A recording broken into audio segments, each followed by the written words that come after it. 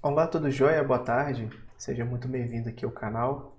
Hoje nós vamos continuar nosso projeto que nós estávamos fazendo na outra semana sobre um projeto em API REST usando Laravel e PHP 7. E na ponta do cliente nós utilizaríamos aqui o Angular junto com o Ionic, sendo que o Angular na versão 12 já e o Ionic na versão 5. Então, no último vídeo, o segundo que nós fizemos, essas páginas aqui elas estavam estáticas, então só tinha os formulários, né? O tema escuro já tinha colocado para funcionar, né? Deixar assim fica mais fácil a gente ver. E agora, nesse vídeo, eu já implementei toda a autenticação, já implementei os guards das rotas, tá? E já implementei também o cadastramento do usuário, login, senha, essas coisas. Então nós vamos ver aqui tudo funcionando e depois eu mostro para você como eu estruturei dentro do Angular, tá bom? E eu já deixei aqui os dois projetos abertos, ó. Tá aqui o app Ionic Angular API, beleza? Lembrando que o link dele está na descrição do vídeo para o GitHub. Então você pode entrar lá no GitHub e baixar, tá? E deixei também aberto aqui, ó, o nosso projeto no Laravel, que é o back-end, onde nós temos a API REST aqui funcionando, tá? Com as nossas rotas aqui.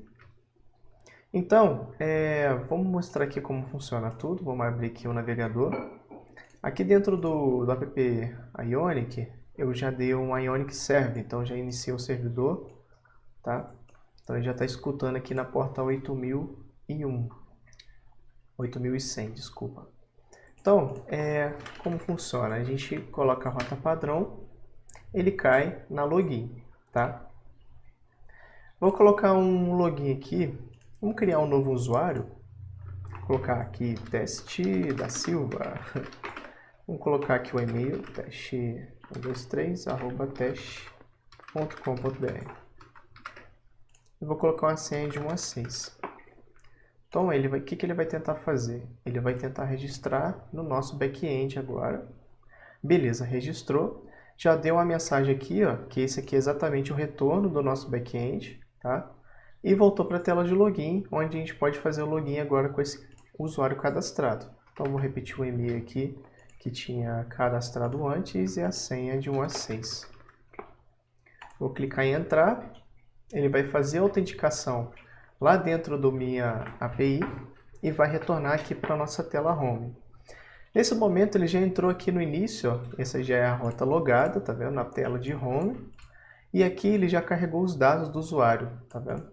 Então é o usuário que eu tinha cadastrado anteriormente, ó.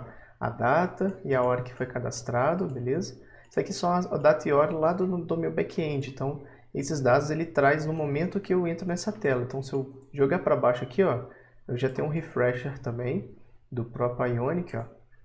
Ele faz um Ion Skeleton, né, que é aquele símbolo de progresso, simbolizando que tem dados aqui que vão ser carregados depois que o refresh acabar. Então ó, fica bem legal, né?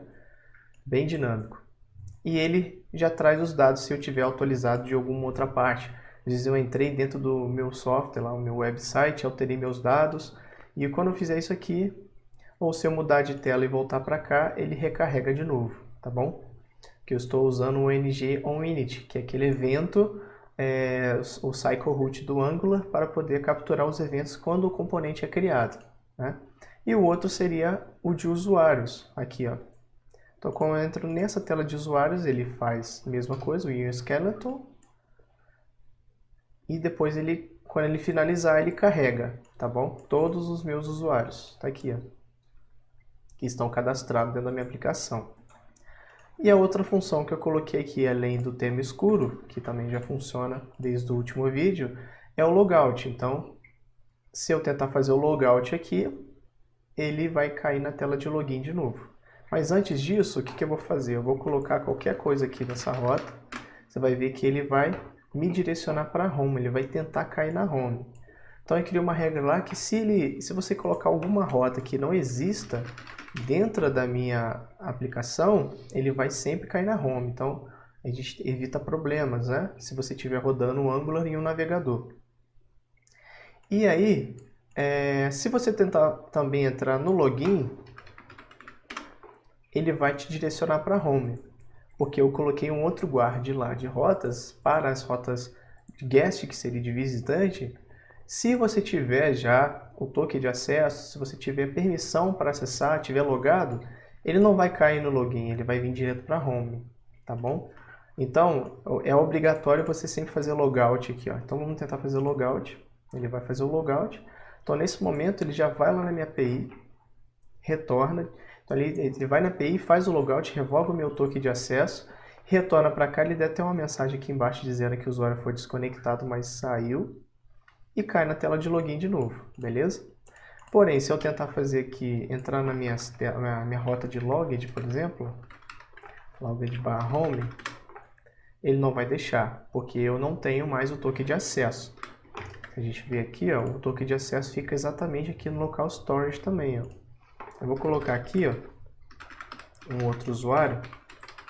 Você vai ver que ele vai armazenar o token aqui, ó.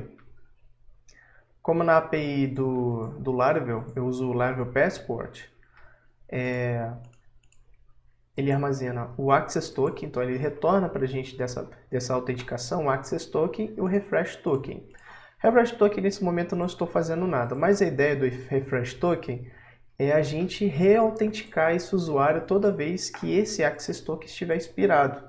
Então, isso serviria para aplicações que o usuário nunca se desconectaria. Um aplicativo de rede social, por exemplo, Facebook, Instagram, qualquer aplicativo desse, você tem um Refresh Token. Você consegue usar ele para poder obter um novo Access Token, que às vezes é 1 hora, 2 horas de tempo de expiração desse token, né? Então, um Refresh Token ele é muito bom para você poder obter aí um Access Token novo. Beleza? Então, ele já caiu aqui, ó. Tá, então vou abrir aqui o menu de novo, ó. Vou clicar em Logout, você vai ver que o Access Token ele vai sumir, o Refresh também, ó. Deu usuário desconectado. Beleza? Deu outra mensagem também. Então, vamos ver como é que isso tudo funciona aqui na prática, aqui dentro do nosso Angular, tá? Primeiro, vamos abrir aqui as rotas. Vamos abrir aqui em App, fica em App Routing Model. Então, a gente já tinha visto essas rotas criadas no último vídeo, vídeo 2, tá? A gente já tinha criado já todas as rotas, agora a gente está persistindo os guards. O que seriam os guards? Seriam barreiras de segurança antes da gente poder acessar realmente nossas rotas. Então, se eu pedir a rota /login, eu posso persistir esse guard, ele vai fazer alguma regra que retorna um bool, né, que seria true ou false.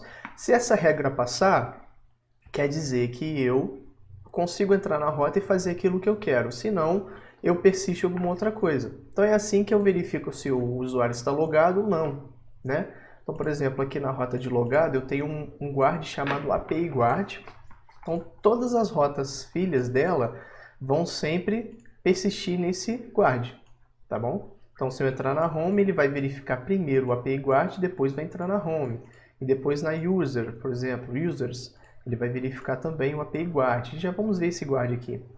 E o outro seria o guest, que seria o visitante, né? Então, para a gente persistir aqui nas rotas de guest, login, reset, register, logout, nós faríamos o guard guest guard, beleza? Que esse cara verifica se o usuário está autenticado ou não. Se ele tiver autenticado, ele simplesmente vai devolver ele para a rota de logado. E o API Guard ele faz ao contrário. Se ele não tiver logado, ele devolve para a rota de visitante. Tá? Então, vou abrir aqui o API Guard. Primeiro, vamos abrir o Guest Guard, que ele é bem mais simples. Então, o Guest Guard, o que ele faz? Toda vez que eu entro nessa rota, então esse CanActivate, ele já verifica qual rota que eu estou, tá? E toda vez que eu for chamado, ele vai verificar essa função aqui, ó, esse if. Então eu faço o seguinte, eu vou lá na minha classe de serviço de usuários e verifico se o usuário está logado. Se ele estiver logado, se for true, ele retorna ele navega o usuário para a tela logada, né? Para o componente logado. E dá um falso, porque ele está logado. Então a gente vai persistir, lembra que a gente vai persistir ele na rota logada, então é falso. Porém, se ele não estiver logado, isso aqui vai ser else, então ele vai retornar true. Então, toda vez que eu entro aqui no guest, ele vai verificar se o usuário não está logado. Então, se ele não estiver logado, ok. Então, eu deixo ele entrar na login, deixo no reset, register, logout, faz tudo aqui, entendeu? E aqui dentro do API Guard, ele faz exatamente a mesma coisa, tá? Só que de uma forma inversa. Então, aqui dentro, eu verifico a mesma coisa a rota, porém, se o usuário estiver logado, eu retorno true. Então eu falo, olha, ele pode acessar essa rota, que seria todas as rotas filhas do componente logged, né? Então se ele estiver logado, ele pode acessar users e a home, tá? Se ele não estiver logado, ele cai de novo na rota de visitante e retorna o false, que é exatamente essa rota aqui, ó. Beleza? Então vamos dar uma olhada aqui como funciona esses serviços aqui dentro do User Service, tá? Lembrando que esse código aqui do User Service, eu vou deixar um link aqui na descrição do vídeo, que é do Fábrica de Código, foi onde eu obtive todos esses métodos, tá? Eu uso isso aqui em alguns projetos, tenho usado bastante. Funciona muito bem, né? Onde a gente consegue verificar se o token não está expirado, se o token ele ainda é válido, se a gente consegue utilizar esse token. Então são todos esses métodos aqui, ó, do Get Authorization Token, Get Expiration Date, Stock Expired, Use User Login, né? Então aqui ele verifica tudo que se o usuário está logado ou não, tá bom?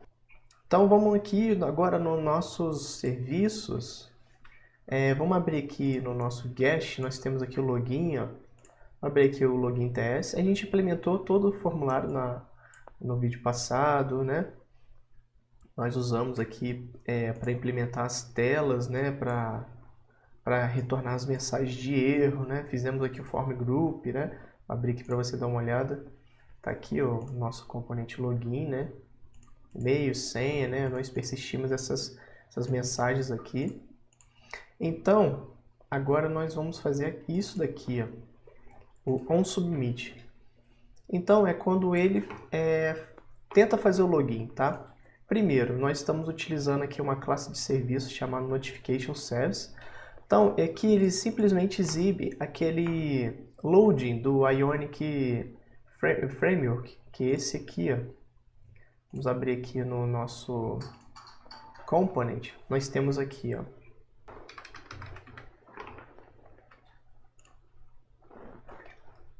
Tá aqui, esse aqui é o nosso load. Isso aqui é para o formato iOS, nós estamos usando Android nesse momento, tá? Então aqui a gente está usando esse componente do Ionic, tá? Vamos abrir aqui a classe de Notification para você dar uma olhada. Então aqui dentro da classe eu injeto aqui o nosso... Aqui ó, dentro da classe eu injeto o nosso Loading Controller, que é exatamente um componente que está sendo importado aqui do Ionic Angular, tá? Então aqui, ó, present e o loading, bem simples, né? A gente passa uma mensagem e se não for passar, se a mensagem estiver vazia, ele bota um aguarde automaticamente. Então ele vai lá, é uma promise, então ele cria o componente, né? E retorna ele pra gente, coloca na tela. Beleza? E depois eu posso criar tem uma função que eu tiro esse load, que é o dismiss, que é para poder parar ele, né? Que ele vai ficar girando o tempo todo, né? Então a gente precisa parar ele também. Vou deixar aqui aberto, ó. Então, o que eu faço aqui no nosso login component? Tá? Eu apresento ele. Então, enquanto eu não finalizo o meu processamento do login, ele fica girando lá, né? E aparece aguarde, tá bom? E aí o que eu faço? Aqui eu pego o meu form group. Essa função getHowValue, eu pego exatamente os dados, as posições do meu form group. Então, por exemplo, o que nós temos lá? Nós temos username e password, né? Então eu disse que esse form group, ele é parecido ou igual ao auth. O que é o auth? O auth é uma minha interface, né? É uma interface que eu tenho na minha aplicação, tá aqui, que eu falo que eu tenho os campos padrões. Então, se eu tiver username dentro do meu form group, ele vai se equiparar a username do auth. O password, mesma coisa.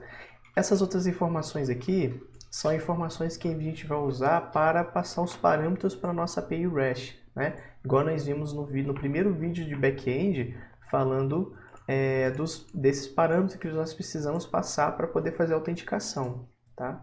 A gente vai chegar lá já. Então aqui, ó, eu vou lá na minha classe de usuário aqui, o serviço de usuário, no método de login, beleza? Passo esse auth, que seria os dados que eu preenchi no formulário, mais as informações que eu tenho, e me inscrevo nessa resposta. Então, se nós formos aqui dentro de login, ó, já estou na classe de usuário, tá? Serviço. Então, eu espero um auth, né? Um parâmetro auth, que é do tipo auth também, e ele retorna um observable do tipo auth. Então, aquilo que eu falei, ó, aqui embaixo, onde eu tenho auth.grantType, é exatamente o que eu tenho aqui, ó, auth.grantType, tá? Então, da onde eu estou pegando? Eu preciso passar essas informações para minha API. Então, onde eu estou obtendo esses valores? Eu estou obtendo dentro do meu arquivo environment, tá? Dentro do meu arquivo environment, que fica aqui no próprio Angular, nós podemos declarar aqui as variáveis do ambiente. Por exemplo, o environment ele é usado para desenvolvimento de teste e tem um environment.prod, que quando você roda o comando para subir em produção, os dados que estão aqui eles são ignorados, ele vai ignorar dentro, vai existir dentro desse arquivo, né? Então aqui você poderia ter os parâmetros para ser servidor de dev, de teste, e aqui para produção. Como a gente está trabalhando só com teste agora, a gente vai colocar só aqui. Então aqui, ó, o meu link da API, para qual é o link onde eu estou. Então o meu aqui é local, dentro do Homestead. Aqui o client ID que eu criei dentro do meu back-end, o client secret e o grant type password, ok? Então aqui ele vai pegar, vai colocar todos esses parâmetros aqui para mim, tá? Eu estou importando um environment aqui em cima. Eu tenho ele aqui, ó, tá vendo? Import environment, tá aqui. Aí vamos voltar aqui, ó. Então ele coloca todos os parâmetros e aqui eu faço um push lá para minha API, né, do tipo auth, passando aqui, ó, API environment, que seria esse link aqui, ó, Laravel passport.homestead barra o auth token, que seria a rota para a gente obter o login. E aqui eu tenho o meu body, né, que aquele auth seria o body, né, seria o auth aqui com os dados que eu tenho, né, todos completos já. E aqui o headers. Esse these headers, ele está fazendo aqui em cima, que seria o cabeçalho da mensagem, tá? Então o que o these headers faz? Ele coloca o accept application JSON, que a gente também viu no primeiro vídeo de back-end, que a gente precisa ter esse accept para que a nossa aplicação no back-end entenda que é uma requisição application JSON e não uma requisição web, né, que seria feita pelo navegador, né? Então, beleza, aí depois que ele faz a requisição, ele armazena no observable auth. E o nosso serviço aqui na nossa classe, nosso componente login, ele se inscreve nessa requisição e quando ela responde com sucesso, o que ele faz? Aqui a gente captura o response, que seria o retorno da nossa API. Então o que a nossa API vai retornar? Lembra que eu falei? Vai retornar um access token, o refresh token vai retornar também o bearer token, que seria o tempo de expiração, tá? Então você pode colocar isso aí onde você precisar. Então nesse caso aqui, o que eu faço? Eu reseto o formulário, limpo os dados que o usuário digitou, justamente por segurança, né, para não ficar armazenado no componente. E aqui o que eu faço? Dentro da minha classe de serviço, eu tenho um outro método lá que eu armazeno essas credenciais dentro do meu local storage. Então se a gente entrar aqui, ó, ele espera receber um access token e um refresh token do tipo string. E ele é um void, tá? Então ele só faz essas funções e pronto. Então aqui, onde eu armazeno o access token? No meu local storage. Foi o que eu mostrei aqui no navegador. Então ele fica exatamente aqui no cantinho, tá? Então ele armazena o access token aqui, ó. Se a gente colocar aqui, ó,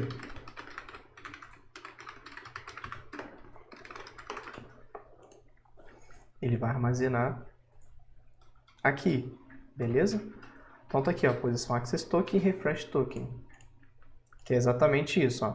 criei a chave e o valor do parâmetro que eu recebi ali em cima. Tranquilo. Aí depois a gente navega o usuário para a rota de logado, que aí lá na rota de logado, que são os componentes, a gente vai verificar se esse access token está ok, se ele está com a data de expiração, enfim, que o nosso guard faz isso para a gente lindamente, ok? E aqui embaixo são mais outros dois eventos que acontecem no Observable. Esse aqui seria um evento de erro, então eu faço isso por segurança, viu? Então, se der algum erro, simplesmente eu cancelo o load, né? Que vai ficar rodando o load enquanto isso, enquanto essa requisição não finalizar, lembra? E aqui é o finally, então ele faz também. Então, caso eu já vi acontecer bastante problema disso, eu acho que isso é um problema do JavaScript, então eu prefiro usar assim, tá? Eu simplesmente poderia apagar isso aqui, deixar assim, tá? Mas eu prefiro fazer assim, hide load. Como é um promise, ele é assíncrono, então eu prefiro colocar ele nos dois eventos aqui, que pode ser que acabe em algum outro momento, tá bom? Então é isso, o login é isso, é bem simples, tá? Aqui não mudou nada, ficou a mesma coisa que a gente fez no outro vídeo passado. E isso. E o register e o reset, eles seguem mais ou menos a mesma aplicação do login, tá? Se a gente abrir aqui o register, ó, ele é bem simples também, ó. No submit a gente faz a mesma coisa, a gente exibe o load, só que nesse momento eu passo um usuário, registrando um novo usuário. Então aqui eu falo, né, a mensagem que eu quero digitar, como ela não é obrigatória, tá vendo a mensagem, ela pode ser nula, então eu coloco aqui registrando um novo usuário. E beleza, e aqui eu pego os dados que eu preenchi do meu formulário, beleza? De user, que seria nome, e-mail, password, beleza? Que seria essas informações aqui, deixa eu atualizar. Vamos sair aqui, ó. Registrar novo usuário, seria nome, e-mail, senha, tá? Então tudo que eu digitei no meu formulário. E aqui o que eu faço? Como eu não preenchi o password confirmation, a minha API precisa que tenha o password confirmation para me poder cadastrar esse usuário. Então simplesmente o que eu faço? Eu pego o meu user password, que está aqui no meu formulário, confirmation, e recebo o mesmo valor que eu digitei no password, beleza? Então o usuário não precisa digitar duas vezes o password, mas fica a seu critério, você também pode trocar aí a hora que você precisar. Se você quiser colocar o campo aqui, é só você digitar, pedir para ele digitar aqui, né? Required. Coloca aqui as validações. Então beleza, aqui já foi, já temos os dados. Então eu passo todos os meus dados aqui, que está na variável user, lá para o meu user service register, que é o meu serviço de usuários também. Então nesse caso ele faz exatamente bem parecido com um login, só que agora é um post também, é um post do tipo user, né? Então ele espera um usuário completo e vai retornar um observable de user, tá? Então aqui, ó, eu vou passar para minha rota de usuários, API user, tá? Que é exatamente essa rota aqui, ó, user, tá vendo? Do tipo post. Ele vai cair no meu método store, aqui é já dentro do Laravel, né? Vamos voltar aqui. Então ele vai cair lá no nosso Laravel, passando os parâmetros.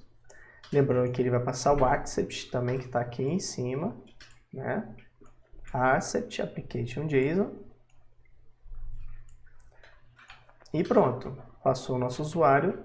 Ele retorna para a gente um observable, que vai ser escutado aqui nesse subscribe.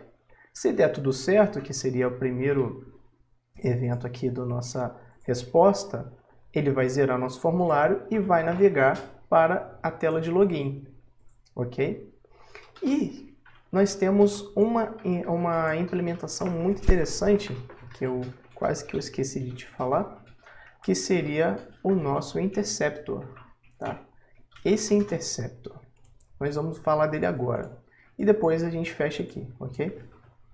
Então aqui embaixo nós temos aqui o interceptor, API interceptor. Então o que acontece? Eu estou padronizando aqui o interceptor para todas as minhas rotas de requisições HTTP, tá? Então, eu intercepto e verifico se todas as rotas aqui estão expiradas, tá vendo? Então, se o token não se eu tiver um token nas minhas rotas, né, no caso meu local storage, e se eu também o meu usuário não estiver, se ele estiver logado, o que eu faço? Eu passo aqui o meu authorization bearer, que seria aqui mais um handle, né? Seria mais como chama? Um header do meu cabeçalho de requisição. Então eu verifico tudo, né? Por exemplo, eu passei por aqui pelo meu interceptor, que seria todas as rotas. Por exemplo, eu vou fazer aqui o register, né? Então ele vai passar por aqui, ele verifica. Se for do tipo HTTP response, né? Forma de HTTP. Então, se passar por aqui, ele faz isso, ok? Então aqui ele captura a nossa mensagem e coloca o corpo da mensagem, tá? E disse que foi tudo certo, deu certo, e aqui seria a nossa mensagem lá no nosso registro, por exemplo. Então o registro vai passar por aqui, tá? Se eu tiver a mensagem, eu coloco a mensagem, tá? Eu faço justamente isso para não dar, não aparecer o Toshi em todas as requisições, entendeu? O Toshi seria essa informação que fica aqui embaixo, ó. Justamente, ó, vou colocar aqui para você ver.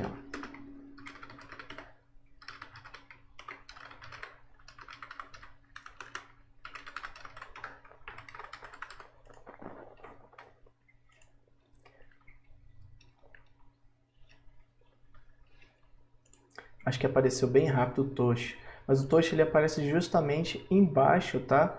Aqui da nossa aplicação, que ele vai aparecer em vermelho, verde, amarelo, né? Então aqui eu faço a verificação para ver se existe a mensagem. Se existir a mensagem, eu trago a mensagem que está lá do back-end, tá? Aqui embaixo são os erros, né? Então aqui ó, foi o primeiro evento dizendo que deu certo. Se não foi um erro, como é que entende o erro? São os erros HTTP. Então se for um erro 400, se for um erro 401 até 403, eu trato esses erros aqui. Ou se for um erro de 422, ou se for um erro 500, tá? Bom você entender bastante sobre esses erros HTTP, né? Para a gente saber as respostas do nosso back-end. Então, 400 aqui eu digo que se der um erro 400, eu vou falar as credenciais informaram não foram encontradas. Então, é exatamente isso, exibe o load e aqui aparece o toast, tá vendo? As credenciais informaram não foram encontradas. Porque ele me retornou o erro 400. Então, ele passa, o interceptor ele pega a minha requisição HTTP, tá?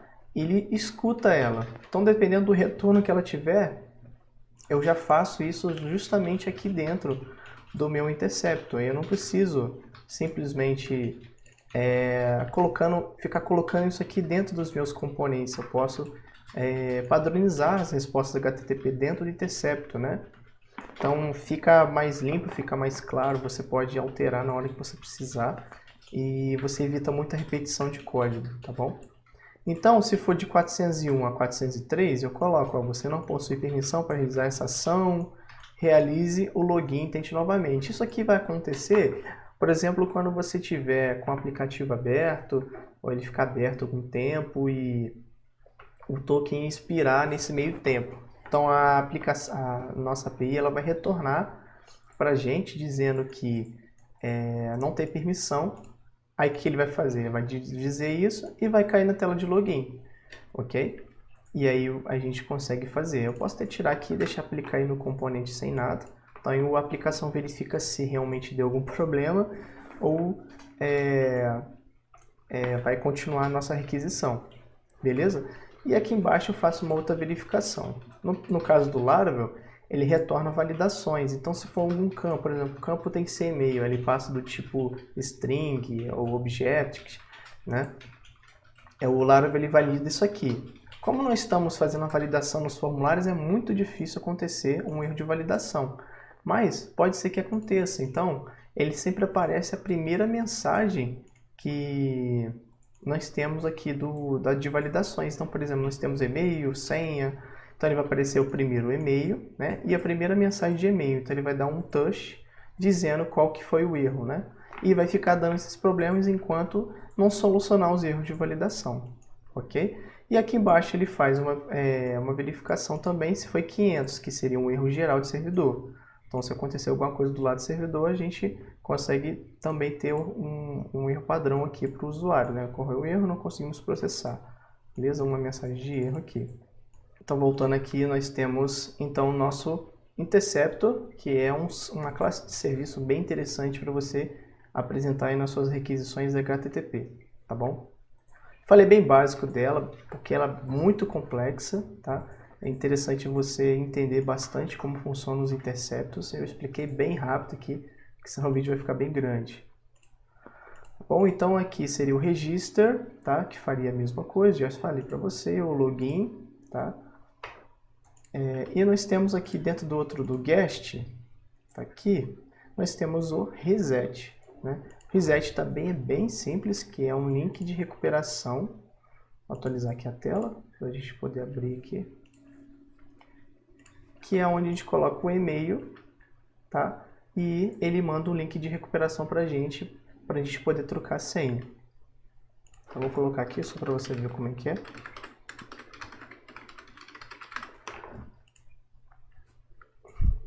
Então, eu mando para o meu back-end retorna dizendo que foi feita o link de recuperação, tá vendo? Então, até tá em inglês aqui, ó, porque foi a mensagem que eu deixei personalizada lá dentro do meu back-end. Então, é a mesma mensagem que chega aqui para mim, tá? Então, se eu for aqui no mail trap, que é onde eu estou fazendo a captura desses e-mails, ó, já tá lá, ó, tá vendo? Ó, Thales, foi o que eu coloquei lá, ó, nesse horário. Beleza? Então tá aqui, ó, chegou para mim, se eu clicar aqui, ele vai abrir meu back-end e vai deixar que eu troque a senha, beleza? Então depois é só voltar no aplicativo e colocar o usuário e senha, ou senha nova que eu já tinha trocado, tá? E aqui no nosso Reset Component é bem simples também, nós temos o e-mail, né? E aqui eu simplesmente mando lá para minha classe de serviço no Reset, que faz a mesma coisa que os outros, né? Só que nesse caso ele vai pedir um parâmetro e-mail e eu mando só um e-mail aqui como parâmetro, beleza? Que é um push. Ele retorna para a gente aqui esse subscribe n e aí se deu certo ele reseta o nosso formulário, navega lá para o nosso login e diz qual foi a mensagem que foi retornada lá do nosso back-end, que é exatamente a mensagem. Nós temos um array lá chamado message, que tem uma posição com a string, né? Se nós dermos uma olhada aqui no nosso projeto, ó, aqui, ó, nós criamos aqui dentro do método reset, ó, um response, uma resposta do tipo JSON. Então ele cria aqui uma posição chamada message com uma linha chamada recurso link was sent for this email, ok? Então beleza, isso aqui é o reset, bem simples também, tá? E aqui as outras verificações que eu tiro o load, tá? Então agora é outra coisa, aqui nós temos quando ele estiver logado, né? Então nós já estamos logados aqui, vamos fazer o login aqui, ó, de novo.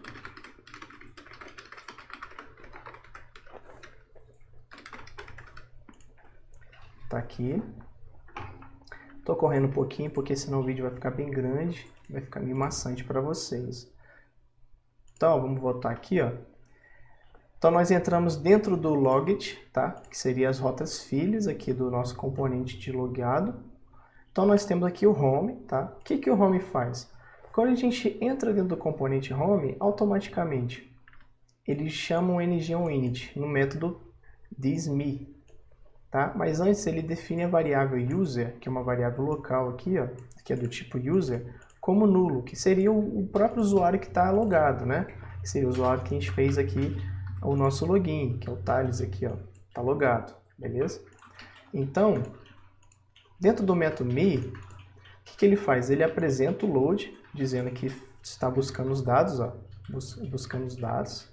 Na verdade, quando a gente entra dentro dele, né? Ele nem está apresentando o load agora, mas tudo bem. E aqui ele vai dentro da nossa classe de serviço de usuários, tá? No método me.